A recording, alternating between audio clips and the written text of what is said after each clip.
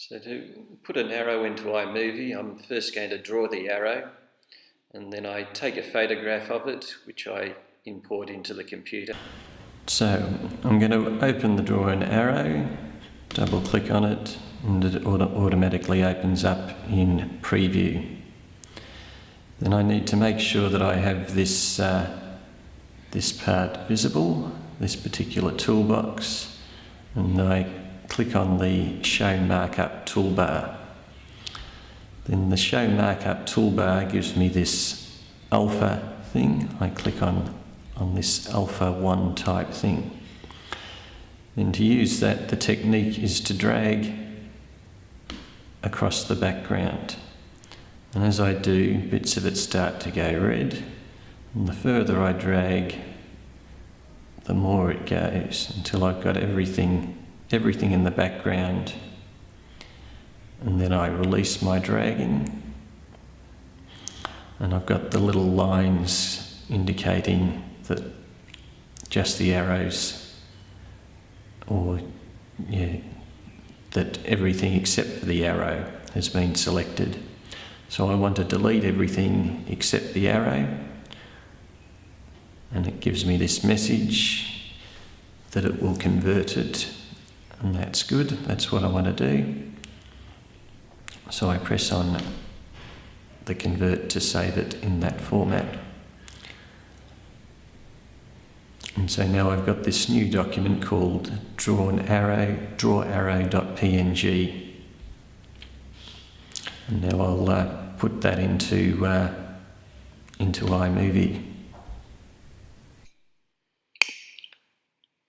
So here I've imported the arrow and I'm dragging it in so that it's now part of the movie.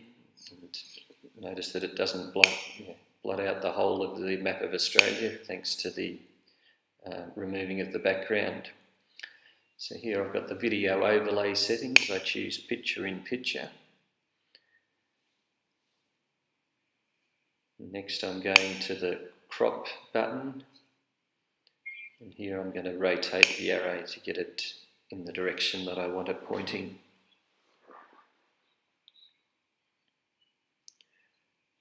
So unfortunately that rotation cut off part of the arrow tail that I wanted, so I'm readjusting the cropping window so that I get the full arrow.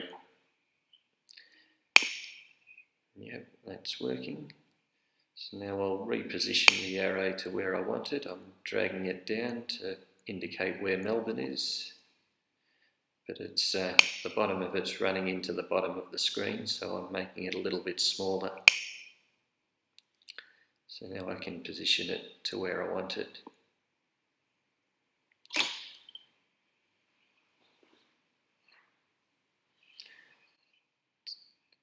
So it's not looking quite as good as I'd like, because it's sort of going in front of Tasmania at the bottom.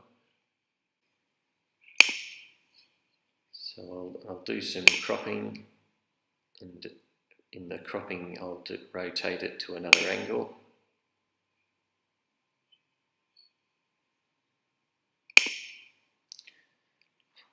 And so now I can use it to reposition it where I want it.